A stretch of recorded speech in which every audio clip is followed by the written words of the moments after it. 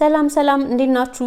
በዛሬ ቪዲዮዬ በጣም ልዩ በሆነ አቀማመም የተሰራ ተበልቶ የማይጠገብ የዶሮ አሰራር ነው ይዤላችሁ የመጣሁት። ትወዱታላችሁ ብዬ ገምታለሁ። ቪዲዮውን እስከ መጨረሻ ተከታተሉ። ለቻናሌ አዲስ የሆናችሁ ሰዎች ደግሞ ሰብስክራይብ በማድረግ ቤተሰቡን ይቀላቀሉ። አሁን ወደ አሰራሩ እንገባለን።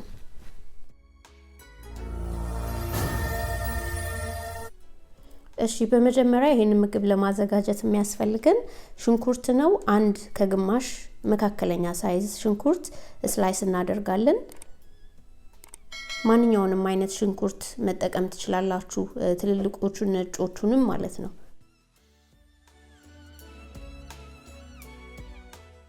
ከዛ 3 መካከለኛ ሳይዝ ድንች እንደዚህ በክብ አቆራረጡ እንደፈለግነው ሊሆን ይችላል፣ ችግር የለውም።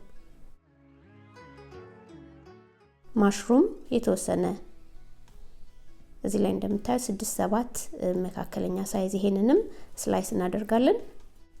ከዛ ኦቨን ውስጥ የሚገባ ሳህናችን ላይ ኦሊቭ ኦይል ሳናበዛ ከስር እናደርግና እናዳርሰዋለን። ከዛ በመቀጠል ሽንኩርቱን ከስር እንደረድረዋለን።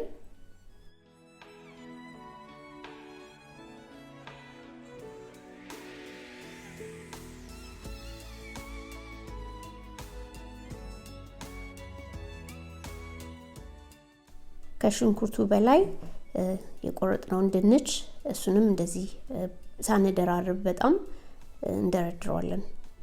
ሳህኑ ሙሉውን የምናዳርሰው እንደዚህ ለሰው ስናወጣ ከሁሉም አይነት እኩል እንዲደርስ ማለት ነው። ከዛ ከድንቹ ላይ ትንሽ ሳናበዛ አሁንም ኦሊቭ ኦይል እናደርግበትና ቁንዶ በርበሬ በመጠኑ፣ ጨው በጣም ትንሽ በኋላም ስለምናደርግ ሳይበዛ ጨውን ማስቀረት እንችላለን እዚህ ጋር ከፈለግን። ከዛ ከላይ ማሽሩሙን እንደረድራለን። እዚህ ጋር የግድ ድንችና ማሽሩም ሳይሆን የፈለግነውን አትክልት መጠቀም እንችላለን፣ ብሮኮሊ፣ የፈለግነውን ነገር። ከዛ ቤል ፔፐር ግማሽ ነው ያደረኩት፣ ለከለር ያህል ነው እንጂ የፈለግነውን አይነት አንድ ከግማሽ ይሄንንም ስላይስ እናደርግና ከላይ እንጨምረዋለን፣ እንደረድረዋለን።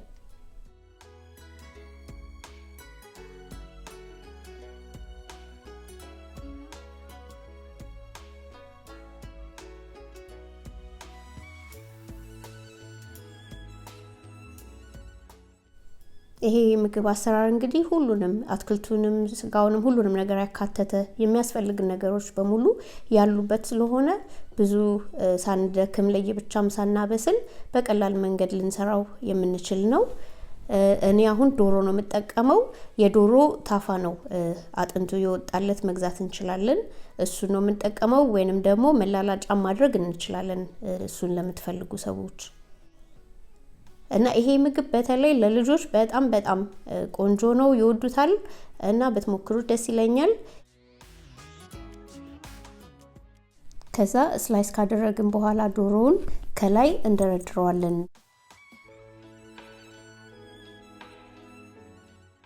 ሙሉን ከሸፈነው በኋላ በጎድጓዳ ሳህን ላይ ደብል ክሪም፣ ብዙ ጊዜ ደብል ክሪሙን አሳየኝ የምትሉ ልጆች አላችሁ፣ ለዛ ነው እዚህ ጋር ያሳያችሁ። ፖዝ አድርጋችሁ በደንብ ማየት ትችላላችሁ። ከዛ እሱን 300 ሚሊ ሊትር አድርገን ኦሬጋኖ 1 ሻይ ማንኪያ፣ ከሪ ፓውደር 1 ሻይ ማንኪያ እናደርጋለን። ግማሽ የሻይ ማንኪያ ኦል ስፓይስ፣ የሁሉንም አይነት ነው ቢቀርም ችግር የለውም። ከዛ ፓፕሪካ ከሌለን በርበሬ 1 ሻይ ማንኪያ እና 1 ሻይ ማንኪያ ደግሞ ቺክን ሲዝኒንግ፣ እሱም ካለን ከሌለን ችግር የለውም። ትንሽ ቁንዶ በርበሬና ጨው እንደ ፍላጎታችን ከላይ እናደርግና ሁሉንም አንድ ላይ እናደባልቀዋለን።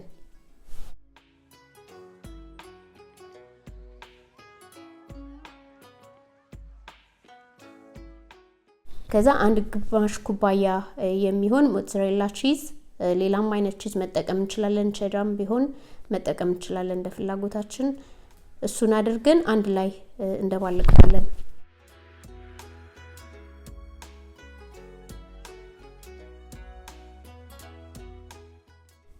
ከዛ የደባለቅነውን ክሪሙን እና ቅመሙን ከላይ ከዶሮ በላይ እናደርገዋለን።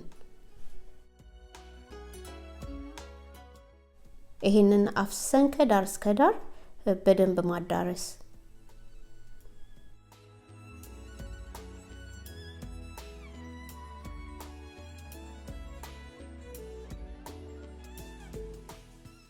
እንግዲህ ይሄን ቪዲዮ እስካሁን ያያችሁትን ከወደዳችሁ ላይክ የምትለውን በተን መንካት አትርሱ። ኦቨናችንን አሁን 200 ዲግሪ ላይ ፕሪሂት እናደርግና ለ1 ሰዓት እናበስለዋለን። መሸፈን ምናምን አያስፈልግም ስናበስለው። ከ1 ሰዓት በኋላ ያው እንደምታዩት በጣም ቆንጆ ሆኖ ብራውን ሆኖ ከላይ በደንብ በስሏል ውስጥ ድረስ እና እንደዚህ ቆንጆ በቀላል መንገድ የተመጣጠነ ነገር የምናገኝበትን ዶሮ እንደዚህ አድርገን መስራት እንችላለን። እና ጣዕሙም ደግሞ በጣም ቆንጆ ነው። ሞክሩት፣ ትወዱታላችሁ። ከዛ ይሄንን ከሩዝ ጋር ወይ እንዲሁ ብቻውንም ራሱ ማቅረብና መመገብ እንችላለን።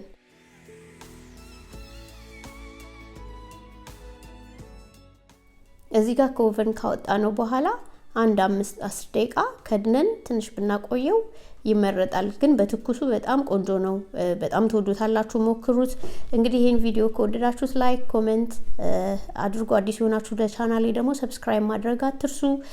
ከዚህ በፊት የሰራኋቸው ደግሞ በጣም ብዙ ቪዲዮዎች አሉ። እንጀራ፣ ጠላ፣ ቢራ የሌለ ነገር የለም። የኢትዮጵያ ምግብ በጣም በብዛት የሰራሁት አለ። ቻናሌ ውስጥ ግቡና ተመልከቱ።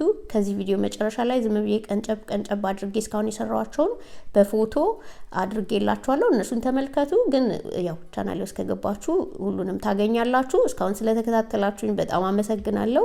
በሌላ ቪዲዮ እስከምንገናኝ መልካም ጊዜ